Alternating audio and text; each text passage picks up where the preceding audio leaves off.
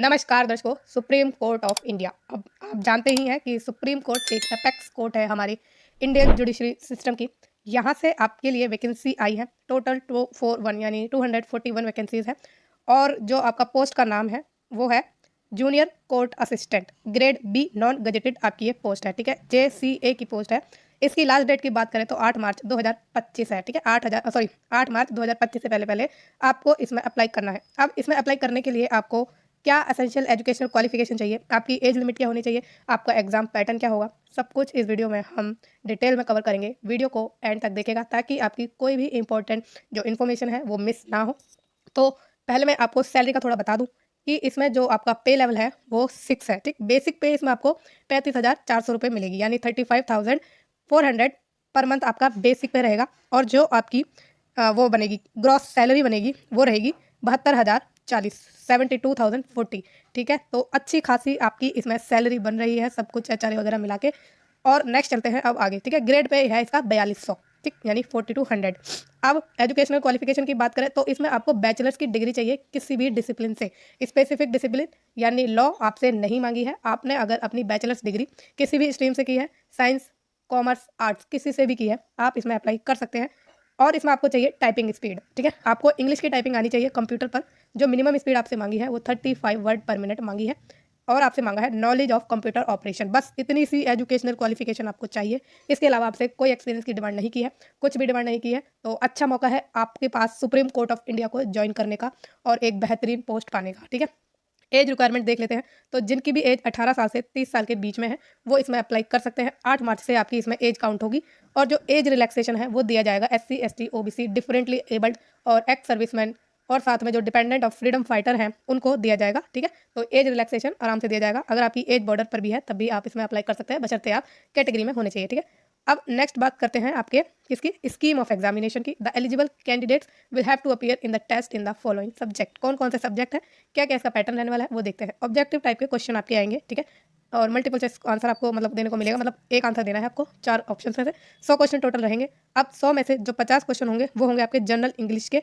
ठीक है, जिसमें आपकी कॉम्प्रीहेंशन भी आपसे पूछी जाएगी। ठीक, तो ग्रामर के साथ कॉम्प्रीहेंशन भी आपकी आएगी। फिर 25 क्वेश्चन जो होंगे आपके जनरल एप्टीट्यूड के क्वेश्चन होंगे और 25 ही क्वेश्चन आपके होंगे जनरल नॉलेज के। ठीक है, GK के और GA के आपके क्वेश्चन है 25-25। इंग्लिश के आपके 50 क्वेश्चन है, इंग्लिश को इन्होंने ज़्यादा वेटेज दी है, ये कह सकते हैं। ठीक है, 2 घंटे का आपका टोटल ये पेपर है। अब objective type computer knowledge test भी है 25 क्वेश्चन का, तो ये भी ठीक है, ये भी आई थिंक इसी 2 घंटे में, हाँ इसी 2 घंटे में आपका ये ऑब्जेक्टिव टाइप कंप्यूटर नॉलेज का टेस्ट भी होगा।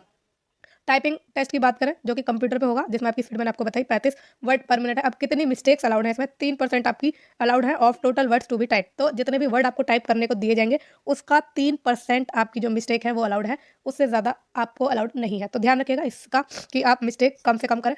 10 मिनट का होगा। 10 मिनट में आप तो ऑनलाइन में अपना टाइपिंग करके देख सकते हैं। 10 मिनट में मैक्सिमम उतने ही वर्ड आ पाते हैं, तो आप अपना भी निकाल सकते हैं कि कितनी आपकी मिस्टेक हो रही है और सुधार कर सकते हो। ठीक है, फिर डिस्क्रिप्टिव टेस्ट भी इसमें होगा आपका इंग्लिश लैंग्वेज का, जो कि कॉम्प्रिहेंशन पैसेज होगा, प्रिसाइज राइटिंग का होगा एंड ऐसे राइटिंग का होगा। तो ये आपका इंग्लिश का टेस्ट है, वो आपका 2 घंटे का होगा। तो टोटल आपके 3 पेपर होने वाले हैं। एक तो MCQ टाइप के क्वेश्चन होंगे, फिर टाइपिंग टेस्ट एंड देन आपका डिस्क्रिप्टिव टेस्ट। ठीक है, ये सीक्वेंस नहीं रहेगा। ठीक है, कुछ भी सीक्वेंस हो सकता है। मेरे ख्याल से तो पहले ऑब्जेक्टिव टेस्ट होगा, उसके बाद आपका डिस्क्रिप्टिव होगा, फिर आपका टाइपिंग टेस्ट होगा। ठीक है, ये चीज़ आपकी रहने वाली है। थोड़ा देख लेते हैं, शायद इस पैराग्राफ में उन्होंने दिया हो कि किस सीक्वेंस में होगा। अगर नहीं भी दिया है तो उसकी टेंशन लेने की जरूरत नहीं है। आप अपनी तैयारी को जोर शोर से मतलब जोर शोर से रखिए। ठीक है, तैयारी में कमी मत करिएगा। The candidate who qualify in the objective type written test, तो जो भी ऑब्जेक्टिव टाइप के टेस्ट में क्वालिफाई करेंगे and objective type computer knowledge के टेस्ट में क्वालिफाई करेंगे, उनको टाइपिंग टेस्ट के लिए बुलाया जाएगा on computer and descriptive test. And those who qualify the set test will be required to appear for the interview before an interview board and qualify the interview bye securing minimum qualifying marks. तो इसमें interview भी है। Okay, काफ़ी अच्छा खासा इन्होंने बच्चों को छाटने का पूरा क्राइटेरिया रखा है। छटनी का बहुत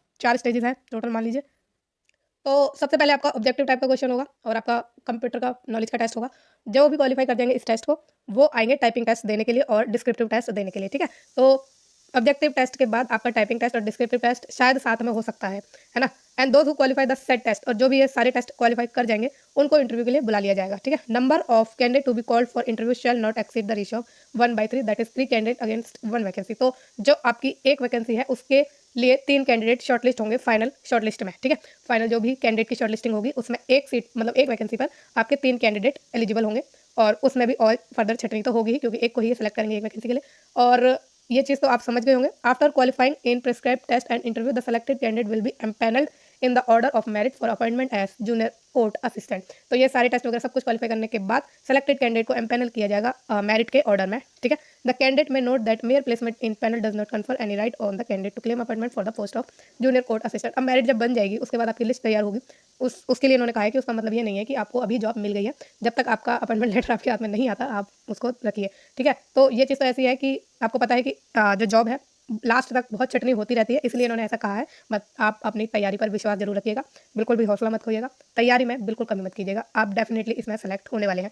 नेक्स्ट चलते हैं आगे। The test will be conducted at 128 test centre in 28 state union territory as per annexure 1। अब इसमें जो आपके 128 सेंटर रहने वाले हैं और 28 आपके स्टेट और यूटी रहने वाले हैं, जो जिनकी लिस्ट इन्होंने एनेक्शन 1 में दी है। रजिस्ट्रेशन और of application and payment of fee की बात करी है। अब आपको इसमें ऑनलाइन अप्लाई करना है, ठीक है, apply online. The application will be accepted through online registration only, is likely to start from 5 February. 5 फरवरी से स्टार्ट हो चुके हैं और आपको इसमें नॉन रिफंडेबल फीस भी देनी है। अगर आप जनरल ओबीसी कैंडिडेट हैं तो आपको 1000 रुपये की फीस देनी है, और अगर आप SC ST ex serviceman differently able freedom fighter candidate है तो आपको 250 रुपये देनी है, उसी के साथ आपको बैंक चार्जेस भी देने हैं, ठीक है। तो आपको 1000 प्लस बैंक चार्जेस और 250 प्लस बैंक चार्जेस रहेंगे। Fee shall not be accepted in any other form, no postal application shall be accepted, the fee shall be paid online through payment gateway provided by UCO bank. तो UCO bank द्वारा जो भी gateway है उसके द्वारा आपको ये तो आपको पता ही है कि आपकी फीस देनी है, जब आप फीस देंगे आपको पता चल भी जाएगा। अब स्टार्ट एंड क्लोजिंग डेट जो भी है, starting and closing date of online application मैंने आपको बता ही दी कि स्टार्टिंग तो हो चुकी है 5 फरवरी से, सुबह 10 बजे से चालू हो चुकी है। लास्ट डेट की बात करें तो 8 मार्च तक इसमें आपको अप्लाई करना है रात के 12 बजे तक। अब ये जनरल इंस्ट्रक्शन है आपके लिए, तो ये आप सब जानते ही हैं कि आपकी एजुकेशन क्वालिफिकेशन होनी चाहिए, आपको अपलोड करने हैं अपने स्कैन डॉक्यूमेंट्स वगैरह, सब कुछ आपको सब पता है, ये है ना जनरल इंस्ट्रक्शंस हैं, और ये सब आपको नॉलेज है। पेनल्टी भी लग जाएगी आपकी मिसकंडक्ट पर।